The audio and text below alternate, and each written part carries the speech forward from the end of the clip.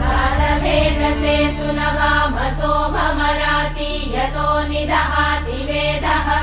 स नः पर्षदति दुर्गाणि विश्वानावेव सिन्धुं दुरितात्यग्निः तामग्निवर्णां तपसा ज्वलन्तीं भैरोचनीं कर्मफलेषु जुष्टाम् दुर्गां देवीगुं शरणमहं प्रपद्ये सुतरसि तरसे नमः अग्ने त्वं पारयानव्यो अस्मान् स्वस्तिभिरति दुर्गाणि विश्वा पूष्य पृथ्वी बहुला न उर्वी भवातोकायतनयाय शम्योः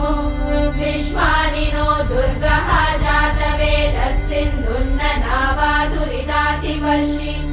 अग्ने अत्रिवन्मनसा गृणानोऽस्माकं बोध्यभिता तनूना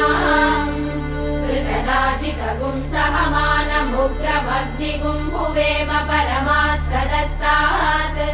स नः पर्षदति दुर्गाणि विश्वाक्षामद्देवो अतिदुरितात्यग्निः